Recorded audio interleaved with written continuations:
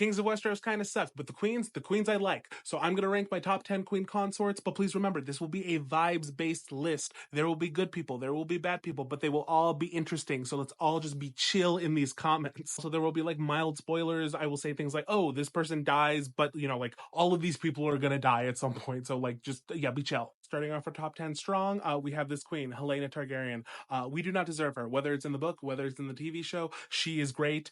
She is super cool. She is super sweet. She's super kind. Like, yeah, she has like all these supernatural stuff in the show, which I really love and is really cool. But even if you just go off the book, she's just a nice person who deals with a lot, and then she dies, and it's sad. So 10th place is your consolation, I guess. 9, we have Marjorie Tyrell.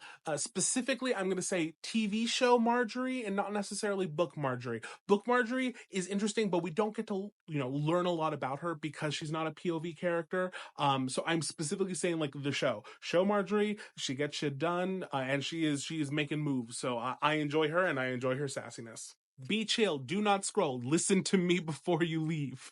Alicent Hightower. Yes, I'm specifically going to talk about the book Alicent Hightower because book Alicent is messy. And so I am putting her at number 8 because you know what? We like mess here. On my page, we enjoy mess. Mess makes for interesting content, interesting stories. And if you didn't have the evil stepmother who was beefing with a literal child, because remember in the books, Alicent is actually a lot older than Rhaenyra. They're not like childhood friends. But she beefs with a child, and that eventually leads to a very engaging civil war. So, she's a monster. It kind of sucks, but we thank you for your service. At number 7, we have Tyanna of the Tower. This is another messy queen. She scares me a bit. Tyanna is the 3rd wife of Maegor the Cruel when he had his, harem going on. But yeah, she's kind of scary. She's from Pentos. She probably engages in a lot of witchcraft and sorcery and blood magic, so that's fun. At one point when it seems like Maegor is going to die, Tyanna kind of goes into a room and then returns with Maegor, and he's suddenly alive, but he's a lot more crazy now, so we don't know what she did there, but it worked, but it wasn't good. So yeah, for the chaos of it, you get number 7. At number 6, we have Dany the Defiant. Dany is awesome. Dany's very cool. She also leads a kind of unfortunate life, but she is the younger sister of Baelor the Blessed.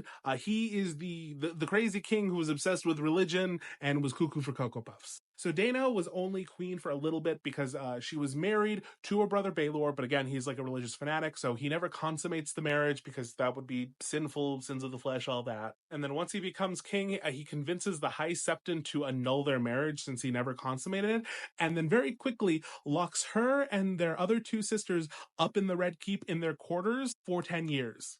Because of this, the Red Keep, and specifically where they're kept, gets nicknamed the Maiden Vault. But basically he locks them up because he's worried that their beauty and presence is going to, inspire lust in him and the other members of the court. So let's hide them. But Dany doesn't very much like this. And she is Dany the Defiant, so she is going to defy. She is known for being the sister who basically tries to escape multiple times and does so by disguising herself and getting the hell out of Dodge. Though unfortunately, she would be found out, she'd be brought back. But again, defiant. Oh, but don't worry, Dany gets her revenge. It's basically after being locked up for 10 years, she decides, okay, here's how I'm going to mess this man up. I am going to get myself pregnant with a bastard. She does successfully get knocked up, and this leads to Baelor going on this super long, I want to say it's 40-day fast to, pray because he's so disturbed by her actions. And it is during that fast that he literally starves to death and dies. So thank you, Dany, for dealing with that. Also, as a bonus, the bastard that she ends up having is Daemon Waters, who becomes Daemon Blackfire and, leads to all the Blackfire rebellions. Yeah, really, in a way, she fully gets her revenge on House Targaryen as a whole and causes them endless headaches for the next 100 years. Well done, Dany. Also, after Baelor dies, she should have been the next queen in her own right, but we won't go there. My queen of mess. She is cuckoo for Cocoa Puffs. She is crazy. She is insane in the membrane. Tyrion's in the walls.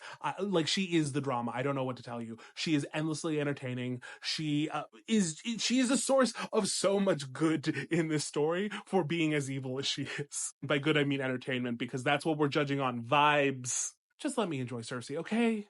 And number 4, we have Rhaenys. This is the blueprint. I want to be Rhaenys when I grow up. She isn't much of a warrior, but she is a dragon rider. She wants to be on her dragon at all times. And if she has to do war, she's going to do it from Dragonback because she cannot be bothered to get down. Also, just like the chillest human with like normal interests, she likes music and poetry and entertainment, and just wants to hang out with like the artists and people who make them. Like, I just vibe. And if anyone in the comments wants to be like, oh, well, she died, she got killed, blah, blah, blah, blah. She dies in a freak accident. I will not accept anything less than that. It is a 1 in a million shot that a scorpion bolt could land in Meraxes, her dragon's eye, killing them both. That is insane. That is not her fault. My queen for eternity. And number 3, good Queen Alicent. It's in the name. She is a good person. She's married to Jaehaerys, who I hate, but she is great. She cares about her children. She tries to do a good job, and she has a sad life because she has to watch basically most or all of her kids die. Like, I know a couple of them outlive her, but not many. George R. R. Martin has also said that she's based on my favorite historical queen, Eleanor of Aquitaine, which is just like wonderful and makes sense because Eleanor of Aquitaine was known for having, you know, like heavy influence over the crown and almost acting, you know, like a legitimate like co-ruler. And Alicent is the same. She had tons of influence over Jaehaerys and is known for basically being like women's rights in Westeros, you know, hundreds of years ago. She's responsible for a couple of laws, which I think are called like Queen Alicent's laws. But basically, she is responsible for ending the custom of the first night, which for anyone who doesn't know, this is unpleasant. But basically, on someone's wedding night, the Lord, whoever the Lord was over them, would have the right to have the first night together with the wife over the person that they were married. And so if a lord, you know, showed up to your wedding, they were allowed to do that. And Queen Alicent was like, no, we're not going to do that, okay? So she got Jaehaerys to listen and pass a law saying, no, don't do that. It's like, thanks. And the other one, she's responsible for the widow's law, which basically had to do with the fact that in Westeros, you know, a lot of times women would die early from childbirth, whatever, and then their husbands, lords, would take a second wife, but then the children of the first wife, you know, when the lord eventually died, wouldn't like stepmom and they'd like kick her out. And Queen Alicent was like, okay, here's the thing. Like, you cannot like her, but you can't kick her out. Like, it's not her fault. There are tons of second wives. This isn't like sustainable. So however she has been living before the death of her husband, the widow's law like compels like the next lord to basically like maintain her status. So I get to like basically almost have like alimony and like continue to live in the lifestyle that I've become accustomed to. Well, not me, but a wife. You get what I mean. So yeah, women's rights. I struggled with 1 and 2, but I settled on this. Number 2 is Queen Rhaenyra Targaryen. She's not the Rhaena from House of the Dragon. She's the OG Rhaena. She's a child of King Aenys. She's the granddaughter of Aegon the Conqueror. Basically, she had a rough life, but she is a queen throughout it all. Rhaena gives fierce sapphic energy. This is a lesbian right here. Like, yes, she is married, I think 3 times to men, but this is a lesbian. I don't know what to tell you. As a teenager, she has to like accompany her father on like a progress where they're like traveling from like area to area, like saying hello as the royalty.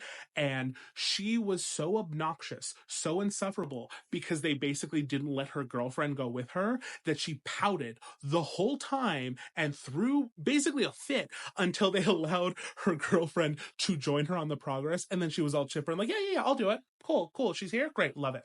And I love that energy on her. She's also the first writer of Dreamfire, had that weird like Targaryen lady connection with the dragons, and just generally like should have been queen. She should have been queen over Jaehaerys. Fuck him.